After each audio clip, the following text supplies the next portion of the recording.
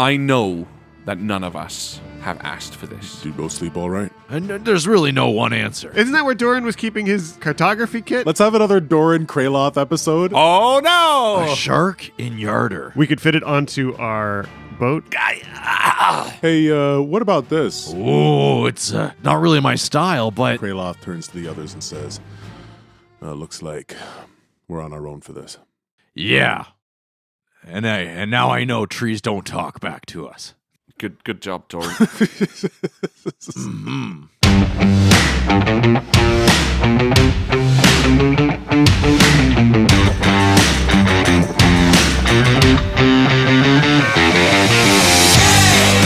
Welcome back to Dice Shame. This is episode 122, Pick Up the Pieces. MVP this week is Michael Tobias, who wrote about episode 121 on Discord and said, I just want Kraloth to be okay. It's the only thing I want.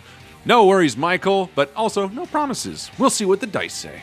If you like mysteries, conspiracies, the absurd, and fellow Canadians just like us, cram your ear holes with the podcast Nowhere on Air. Jess Syrett is the sole author to this faux late-night community radio show broadcasting from the middle of nowhere. Check it out. It's a blast. All right, should we get down to business? Let's do it. How stinky do you think these characters are? Oh, boy. At least a 7. Out of 7? Out of Yeah, 5? out of 5, yeah. Out of 5. 5-point scale. Say Doran's like a 12. Man, that's a good question. Because when was the last time canonically everyone had a bath? I mean, Red and Doran had a tiny bath in a bird fountain, right? That's right. 7 years ago. Yeah. Did we? Well, I don't even remember that. What are Yeah. what are the chances? I mean, doesn't prestidigitation allow for cleaning of the self? Definitely a spell I don't have. Yeah. Minor illusion. At Marina Cindergather's Manor, Oh, which was 18 days ago, Red and Doran briefly scrubbed their faces. But that was just the sensitive spots. That was like the hands and the face. That was Yeah. it. Armpits, done. That was, and the armpits. Which makes a lot of smell difference. Jack went for a swim a couple episodes ago, Oh, that's right. During the fight. and I don't remember if Kraloth ended up in the water at any point. I don't think he did. But there was no soap involved. No, it was that's just true. a dip in the water, right? It was a rinse. Yeah, really, a rinse is not a wash. I guess it really depends. You got to be thinking about, okay, on that airship, what was the cleanliness situation? It's not like it's an true. ocean ship where you could you could just dip over the side and grab some water. Period. Like every bit of water you had to brought with you. Unless they had a water elemental. But you know what? There's also like a stinky threshold where, maybe day 1 to 5, by day 5, you're like, oh, I'm starting to reek. But then kind of like 5 to 10 or 5 to 15 Boomerang even. back. You're not getting worse. Yeah. But then eventually there is a point where like maybe 15 to 20, you're kind of tipping over the edge. But there's a long window there where you're not getting stinkier. You know what I mean? It's got to really influence like your checks though, too, right? Like you can't be that stealthy if they can smell you from 200 meters away. I can't cash this. Oh, that kind of check. Yeah, for sure. Like if we're trying to sneak around something. Yeah. Thanks, Rob. So are we now as smelly as the giants in Gredhog? No. You're getting there. Oh, no, because I think they made like a point of pride about it. Like they were I see. like, Yeah, let's rub shit on ourselves to make ourselves more stinky. They We lived like this, above a bunch of pigs. Yeah. And their manure and Fair. associated Yeah. off-gassings. And they were eating rotten food. So... Oh, you know what? We misremembered. No, because we all got dunked out of the boat. So we've all been in the water, technically.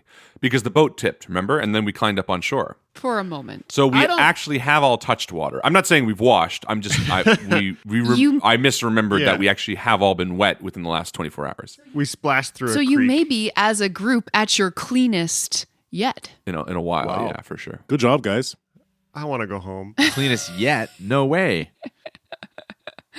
Very Yeah. Aw, chilly Jack. too. So like it's not even like a nice bath. It's like, oh God, get out of this right away. And Well, let alone Yeah. then we fought the undead and camped out in a rotten house. So, that improves the situation. Funny, it's sort of odd how this conversation came up because as I was taking a shower this morning, and getting ready to play this game, I was thinking, geez, Doran hasn't really showered, and maybe he should do something like a dry shower. And then this came up, how smelly we are. So sort of coincidental. Shall we play some D&D? Yeah, Do it. Let's do it. I love D&D. The night finally relents and gives way to morning. And despite the sunrise, you are all extremely cold. Nobody lit a fire in the hearth, so you probably had a hard time sleeping. It's about minus 15 degrees Celsius this morning. You can see your breath in plumes of fog as you look out at the day. Jack hoped to get up a little earlier, definitely to watch the sunrise and to spend an hour summoning Kieran back. Sure. Having finally got the energy from a little bit of sleep. Mm-hmm. And I think maybe Red has been maybe hunting just around the area. Difficult because it seems like it's very scarce around here. Mm-hmm. There's not much, but I think he does end up finding a rabbit and sort of skins it in the snow. It's a very still, quiet, serene morning. Kraloth didn't sleep very well last night. He had a number of very strange, spooky dreams, and he's been praying this morning, his shield and his mace placed around him, and his holy symbol in front of him as he clutches it and mutters to himself quietly. Funny, I don't think any of us slept really well last night. Doran also rolling over, gets up. He actually lights a fire. He gets it going well in the hearth of the fireplace here inside this building. And he's breaking up some of the old furniture that's already been broken and tossing it in. And it's got a nice warm glow to it. Mm-hmm. Jackson curls up next to Doran at the fireplace and tries to take in some of the warmth that way. It was a hard night for the four of you interpersonally. There were some things said to each other that maybe left a sore spot on you this morning, some kind of bruise that it feels like you slept on something uncomfortable, but it's not a physical pain. It feels like an emotional pain. Mm. Yeah, and the back door sort of closes softly. I feel like the flames of the fire start to flicker, and Doran can tell that someone's entered as Red sort of comes in from the back holding a rabbit. He sort of stops in the doorway, sees Doran, sees Jackson, and kind of scans the room before joining Doran at the fire and adding the meat to a small spit that Doran's been crafting. A little bit of nourishment might be nice.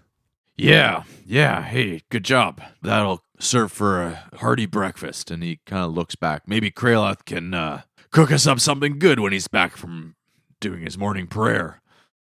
Yeah, look, there's not much out there. No, I kind of feel for the people around here with the hunger, but and Red again sort of abashedly is like, I appreciate what you said yesterday. I'm sorry that I didn't reciprocate your apology, but you had every right to snap at me, and I'm sorry. Well, look, Red, I mean, hey, listen, we're all under a lot of pressure here, and there's really no one answer. It's okay. You know what? We're all individuals, and we each do our own thing the way we do it, but we have to learn to come together and get our strengths from each other. And he pokes the fire. I want you to know that I appreciate that you admitted that you're scared, because I think that's important, Doran. And Red puts a hand on your shoulder, and he's like, I need you around. I need you to stay with us. I need you to be there after a battle. And that fear means that you're going to do everything you can to make that happen. And that brings me comfort. Yeah, but do me a favor, Red. Don't, let's just not repeat that, okay?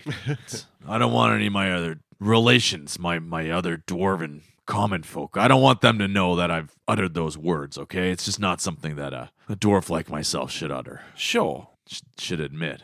Sure. Well, if it makes you feel better, I think maybe I was scared too, to be honest. And I think that's what kind of made me feel that way. It felt really weird losing Kraloth last night. And and then he lowers his voice a bit. It's a little weird to see Kraloth, acting the way he has been acting. He seems like he's lost a bit of himself. I'm not sure what's going on out there, but And Red just sort of shakes his head and stares at the fire, kind of like, Yeah, well, he'll tell us, I guess, when he's ready. Let's make some plans to get those relics back, and we've got to meet Harshnag, right? Red nods, and he pulls a piece of cooked rabbit from the fire and opens his little baby Bjorn on his chest, and you can see him feed Shale as he sort of watches the fires next to you. Little claw reaches out. Shale's Yeah. mandibles click appreciatively. Where's Jack, anyways?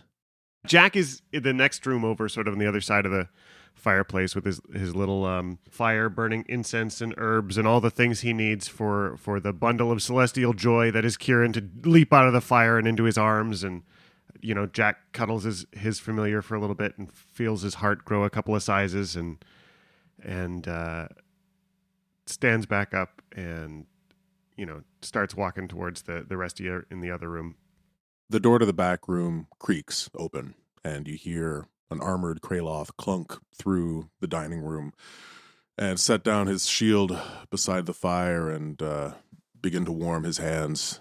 And he nods curtly at Doran and turns to Red and says, "Do you both sleep all right?" Not really, no? No, neither did I. Yeah, me neither. Well, thanks for making this fire, Doran. It's good to feel some warmth in my hands again. Of course. Good morning, everybody. Hey, good morning. Jack. Oh, morning, Jack. I have some rabbit, guys. It's not that much. And Red grabs the rabbit off the fire and sort of walks over to the half-dilapidated table and tries to sort of like pick off pieces and hand it to everybody as we sort of come together for the first time, you know? Like, even as we were clearing the house, we were all very separate, and like we're sort of standing shoulder to shoulder for the first time since being in the boat, really. The idea of sitting around this table using our hands to pick pieces of rabbit off to eat in the like ugly morning light of today is kind of evocative. And then like the table creaks, one of the legs is definitely broken, and we're, you know, Doran's propped it up with something. There's no plates, no forks. We're just like chewing this rabbit meat in our hands. I love it. Yeah.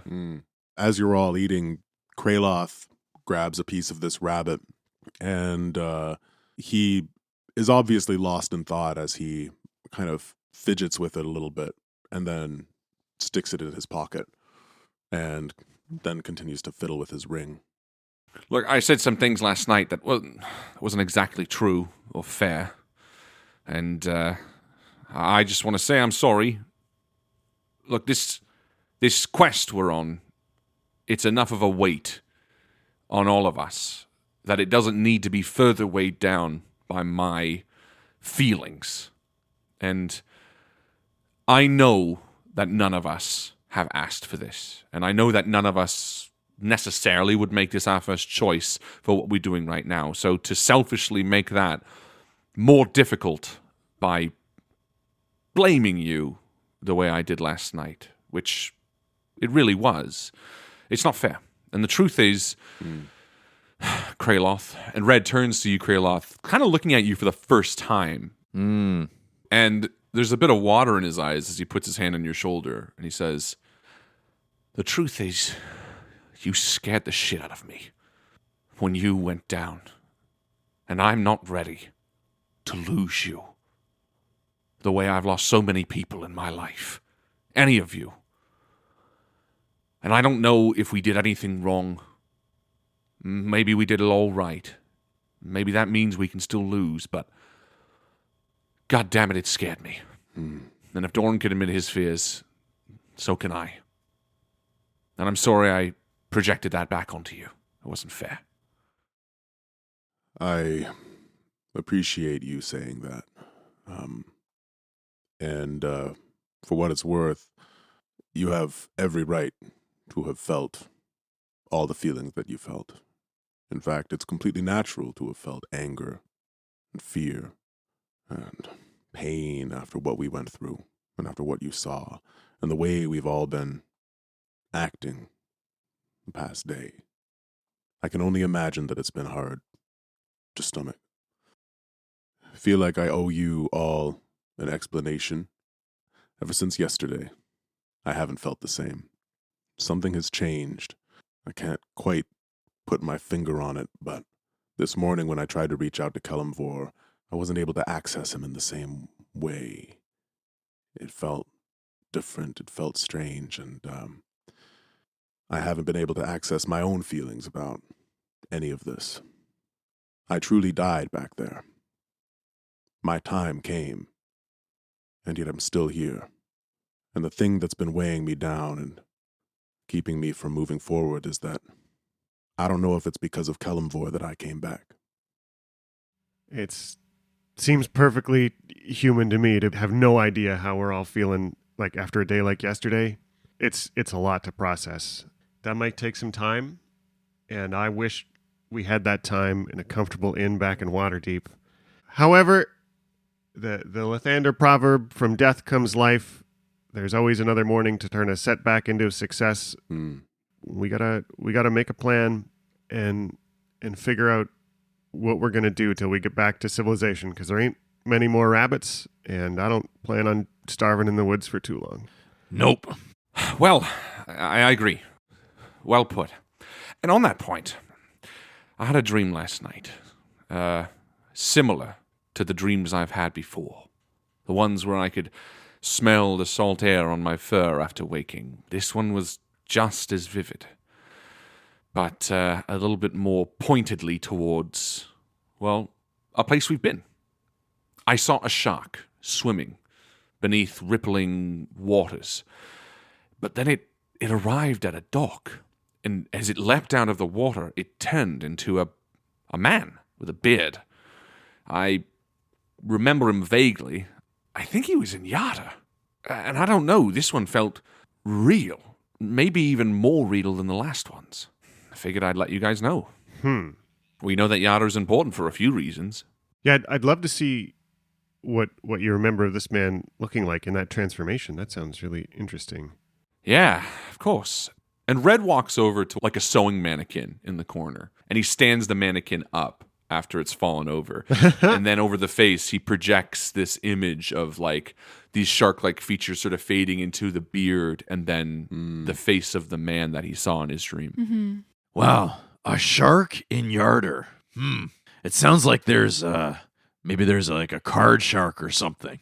Red, do you have any inkling or reason as to believe why this druid or shark person might be important? No, other than what the Oracle told me, which is that I'm being watched. You think that this creature might be coming after us? Absolutely. But that doesn't mean that we can't beat it. I wonder if they know you're having these dreams, or if it's the act of watching you is resulting in you watching them.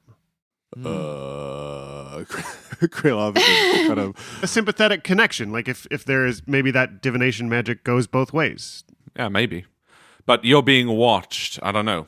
It seems very specific. All I know is I woke up this morning and went hunting, and it made me think of the hand. Remember when Zolkin was telling us on our trip down the river? He was telling us about the hand, the all-female guild in Yada. Right. Might be a good place to start if we swing around there. And I personally think that, well, these dreams are starting to have a little bit more of a connection to what we're doing. Remember, I dreamt of the coin not too long ago. I want to push this up on our to-do list. Of course, not before getting these artifacts back. Yeah, top of my concern, we gotta go see who survived. Who maybe they're lost in the woods just as, of course, bad off as us. I agree. But perhaps if we aren't able to move these artifacts, perhaps Yarder is a good place to hire on a airship crew.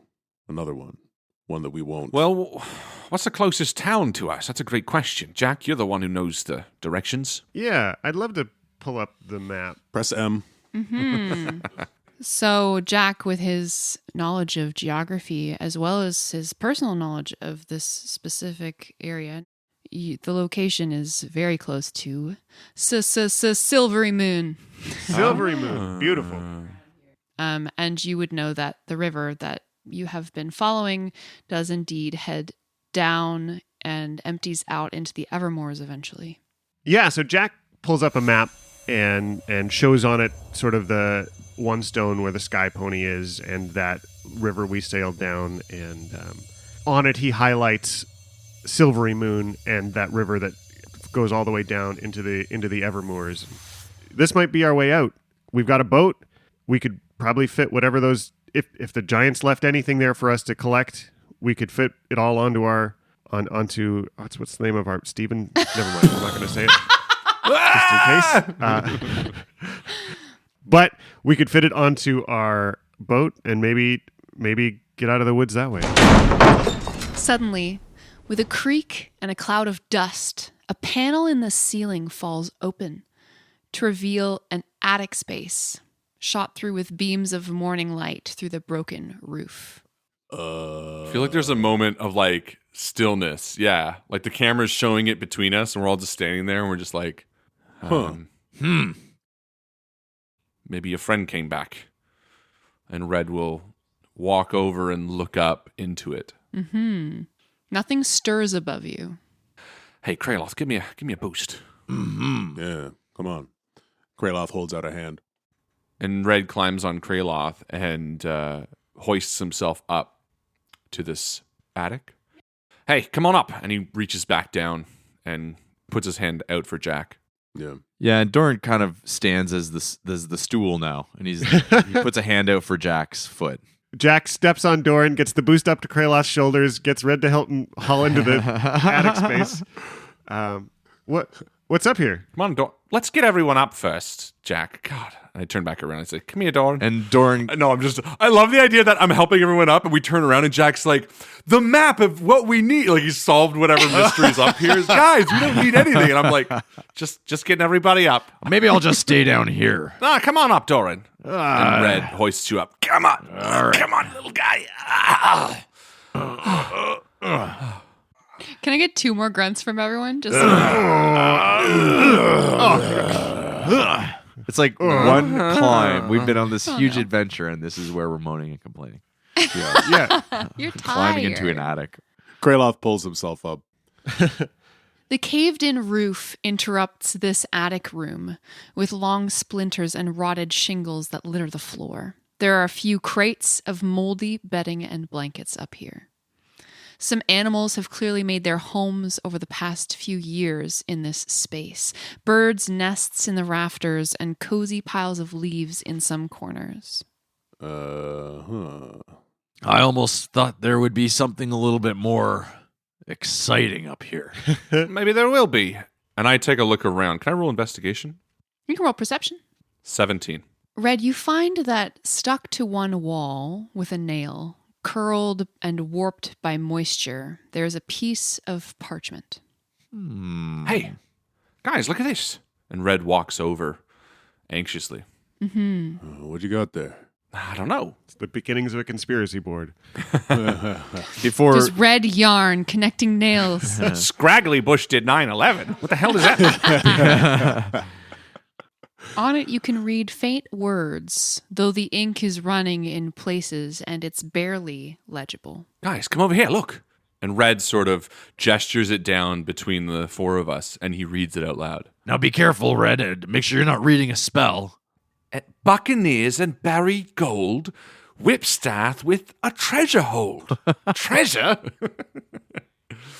It says, Father, Mother, Issa. Walking skeletons attacked Mother while in the garden 2 days ago.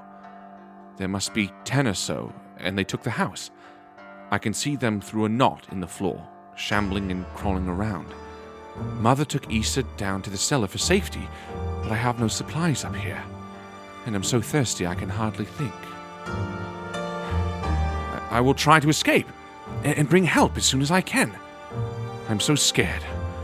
Father, though you are gone far longer than we expected, I know in my heart you are safe, and you will make your way back to us as soon as you can. We miss you more than we can bear. I am gone to beg charity in Silvery Moon. Eldith, guide me. Love, Calliope. Hey! And Red, looks up, again, sort of welling up a little bit. They didn't all just die here, guys. Someone got out. There was hope here. That's not nothing. Kraloth puts a hand on Red's shoulder and nods and says, well, then it looks like we have another reason to head to Silvery Moon. Yeah. Jack's mom. She's probably so fine, by the way. Oh. Oh, if like- she's anything like Jack, ba-bam. It's just female Jack. Hi. But like Played by the same actor that plays Jack, Yeah. but like yeah, eyelash Jack with extensions. a wig. like how they would do it like Monty Python. Yeah. Hello, I'm Jacqueline. Jack. Let's complicate it. Let's have another Doran Kraloth episode. Oh my God, Doran, look at her. She's so Oh my beautiful. God, she's so hot. There's something about her that's just so familiar. Huh. As we stand in this attic, Jack collects himself and says, "So what's next?" Well, next is we need to find a way back to where this whole thing happened and scout out and make sure that it's safe. And if it's not, find a way to, I suppose, defeat the giants or draw them away. Unless there's another way to do it. First things first, let's get up there. I think we need to do this the same way you eat a snuffleup. One bite at a time. Jack, Kieran interrupts your discussion upstairs with a thought. Someone at the door, boss. Someone's outside. And Kraloth immediately jumps down the hole, grabs his shield, and These makes fucking skeletons! Red follows him. You hear a scrabbling, scratching sound on the door of the cottage, and a shadow passes over one of the windows briefly. Red points his bow at the door and gestures to Kraloth. Kraloth nods and shouts, "Who's there?" Maybe it's the father. You don't receive a response. Just open the door, I got you covered. Yeah, he opens the door, peers out. The morning light casts the winter forest in dreary gray white, the snow streaked in ash and pierced with leafless trees. What greets you on the doorstep is a welcome reprieve from the gloom. The awakened tree has found its way back to you, worse for wear after its fight yesterday evening. Its bark is scorched and charred black in places.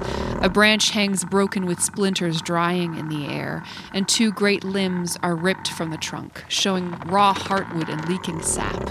Its mantle of leaves shivers in recollection of you, its hard-fought favor complete. Ericor! Guys, look! Ericor's back! Oh, man. Whoa. Surprised you made it back here in Oh, my one God. limb. Red walks out and hugs the tree, just like getting absorbed in its like falling branches. Wow! I can't believe it. Hey, guys, if he made it out, maybe the giants are gone. There's only one way to find out. So, tree. Ericor, he has a name. What? He's deserved that much. Well, sorry. And Red looks at him with pride. Ericor, thank you for your help. What, when you came from the battle scene, is there anything there left? What happened? Can you tell us anything? Please. I don't think it talks. You can talk to it, but Go with yes or no questions, The Dora. tree doesn't talk back to you. Okay. I think this is as good a time as any to head back and see what happened. Ericor, will you guide us back there? The tree lets out a great creaking groan that reverberates from somewhere deep within. And it yawns at you and then pulls loose its roots heavily. And it just starts striding back toward the trees, but then hesitates. It moves to the side of the cottage at the edge of the woods, where it settles back into the ground. And you notice, Kraloth, that this is the grave site from last night, where you had buried the bodies of the occupants of this cottage. And the awakened tree arranges its remaining branches to cover and shade the resting place of the women. It shudders one final time and returns to slumber once more. He deserved it. I picture the roots, the legs, like driving themselves deep into the ground. That's kind of wild. Unearthing the corpses of the women! And then it devours them. Hellish! With an understanding nod, Kraloth turns to the others and says, looks like we're on our own for this. Yeah. And now I know trees don't talk back to us. Good job, Doran. And I think Red walks over to that grave site because he didn't see you guys dig it. And I think he just stands a moment. He looks at the tree, looks at the grave site, and he reaches into his bag. And he pulls out one of the bloodstones, one of the 4 that we each got. And he places it on top of the grave site as if one of the bases of a cairn. And he steps back. Kraloth, following Red's lead, reaches deep into his pack, and he rummages around and finds his bloodstone. And he kneels down and places it on top of the grave and says, "May you find peace in the afterlife with one another." Yeah, Doran reaches into his pocket and he feels this smooth edge of the shattered nightstone and he pulls it out of his pocket. Doran's at the nightstone this whole time? Is this smooth? Doran took the nightstone. Bloodstone, Alex. Here's Bloodstone. to better times. And he puts the bloodstone onto the cairn. Jack reaches into his pouch and finds his bloodstone and pauses for a minute to feel the weight of it in his hand, and he sets it down atop of the other 3 and says a quiet prayer to Lathander and leaves more than just the weight of the bloodstone behind as he steps forward into the woods. I freed up 2 inventory slots with that. You walk through the dense moonwood, a forest of close-grown oak and cedar and pine. It's slow going. The snow is quite deep in places, and under the snow, snarls of dead vine and fern catch your feet. As we move back towards this, I think Red wants to take the river. Taking up what Jack said about heading it south, I think what he's doing now is basically walking along the river and leading them and spotting any issues. And I think maybe every once in a while, Red's like, Kraloth! And we grab a big pole and push a rock that could be problematic later on so that we can come back down this way. And we're sort of setting ourselves up for being able to leave one stone via the river after. Because that's what dumped us out last time, like a big stone. Yeah. Very smart. You smell the wreckage of the airship before you see it. Fallen ashes turn the surface of the snow gray and pebbled from heat. It's a devastating sight. The ship is dashed to pieces on the ground, leaving a wake of destruction where it must have skid along the forest floor, mowing down trees. The largest piece is the aft castle, leaning up against a crazily bowed pine tree, with its staircase exposed to one side, its exterior timbers ripped off and burned to ash in places. The forward upper deck was flung some distance away in the crash, lying on its side. The deflated balloon has been torn to pieces. Red dragon skin hanging in tatters from the broken ship. Parts of it still leashed by ropes and cables to the gondola, fluttering softly in the cold breeze. The remains of the crew are sadly evident throughout the wreckage. Corpses of people you'd been traveling with for the past 25 days. And there are 2 stone giant bodies in the snow, showing terrible burns all over them. I think Red covers Shale's eyes on his chest. And he's like, you don't want to see it. Someone else, if they find Damien, please just roll him over. Kraloth begins to pick through the wreckage and look at the corpses and just turns all of them over, marking them mentally to be buried later. But he just goes through, not really showing any affect here. Jack does his best to be a little bit disconnected and look at it almost like an archaeological site. Like he's here looking for one thing, and that's evidence. Jack? Really? Archaeology? Wizards only want one thing, and it's disgusting. It's to be archaeologists. That's awesome. That's good. Oh, Jack. Love that man. Hanging from a long splintered timber, you see the ornament that used to hang above Damien's hammock. Something made of beads and string and vaguely resembling a lizard. Some of the beads have torn off and are lying in the snow nearby. And Red reaches up and pulls it down and bends down and scoops up the beads and sort of in his hand next to Shale begins stringing it back together as he walks through the wreckage. Kraloth, one of the footlockers that used to sit in your quarters lies open in the churned dirt of the wreckage in front of you. It's empty. Hey, Jack. Yeah. Do you remember what was in this? Yeah, it was 70 health potions. This was mine. It had a lot of gold that I'm now missing and owed. yeah. Insurance. So isn't that where Doran was keeping his rocks? His rocks. My rocks. Just infantilized Doran by like 70 years. Guys, look at this rock I found. It's like white. Put it in your rock storage, Doran. This is Rock Locker. Rock Locker. I don't want to be the one to tell him. Doran's getting rocks now. He was at a party. Medicine together. Oh no. God, that's funny. It's a rock locker. Isn't that where Doran was keeping his cartography kit? But maybe it means somebody must have taken it, which means there must have been somebody to take it, which means there must have been somebody who walked away. Yeah. As you approach the locker, you see that there are some strange markings in the dirt around it. Kraloff's going to do a survival check. Awesome. Meanwhile, I picture Doran's sort of dragging dead bodies and organizing them into a row. Size. And picking up new rocks. Tallest to smallest. Better start my collection again. No, Hello, not in Bluey. any particular size. Just Cool. doing a count At least and to seeing figure out who's missing and who's who there. we know who's Yeah, missing. yeah. He puts a head with one of the bodies. It's like, I think this one belongs with this one. Do you remember like what a mix Daphne and looked match. like? 22. Nice. Yeah, these are footprints for sure. They are not deep impressions, so the creatures that left them are probably fairly light, though they do appear to be hoof prints. They lead off around the side of the broken ship and away into the woods. You see them disappear. I say as much to Jack.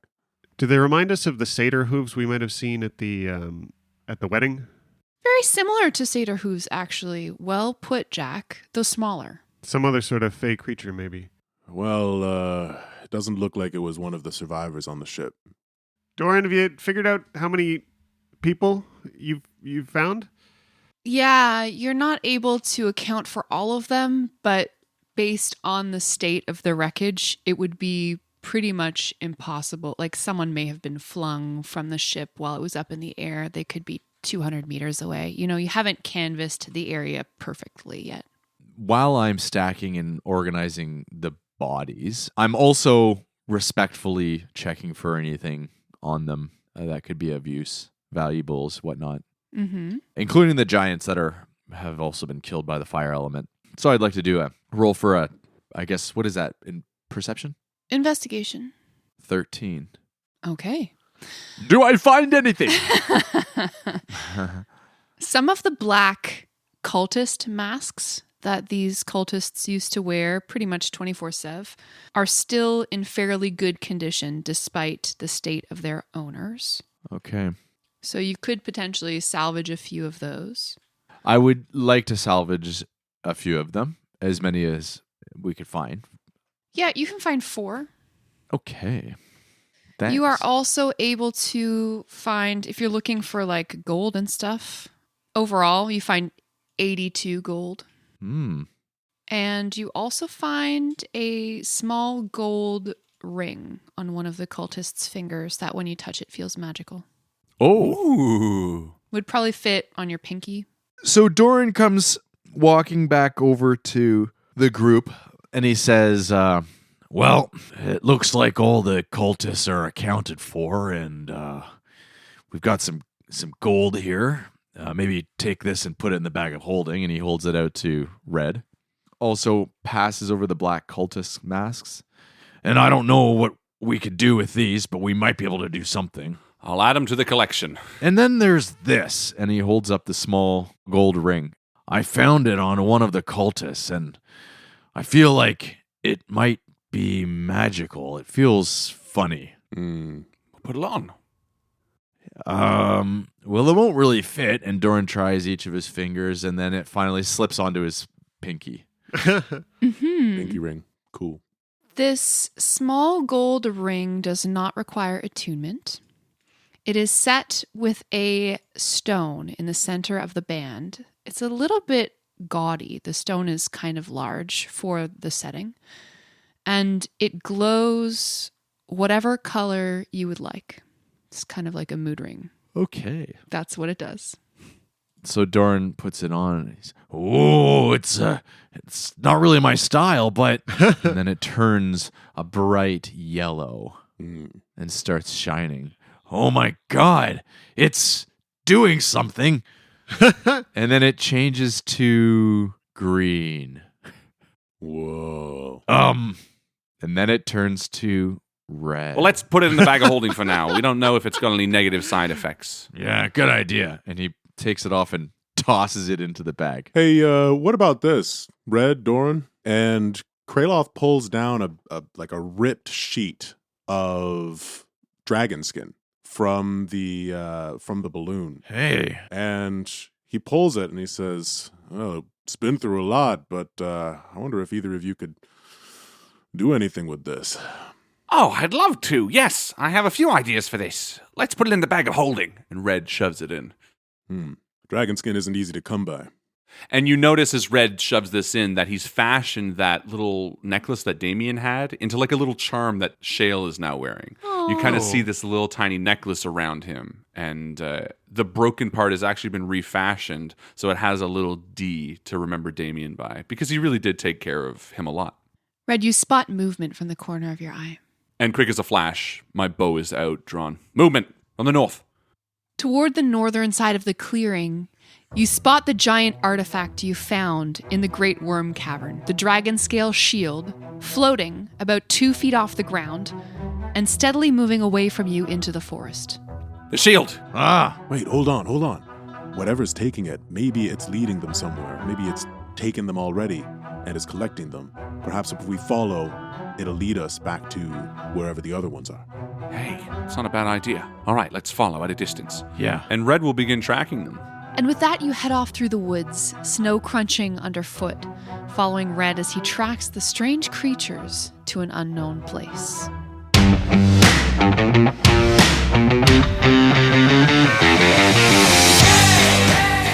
Thank you once again to our wonderful Patreon supporters, Christopher Ryan Evans, Merlin, Mitchell Cadwell, Michael and Brianna Weber, Colin Burkhart, Daniel, Doug, Gray, Jackie and Rain, Jessica Orrit, Jonah Goldman, Melanie Shen, Lars, and Mari Kaniski.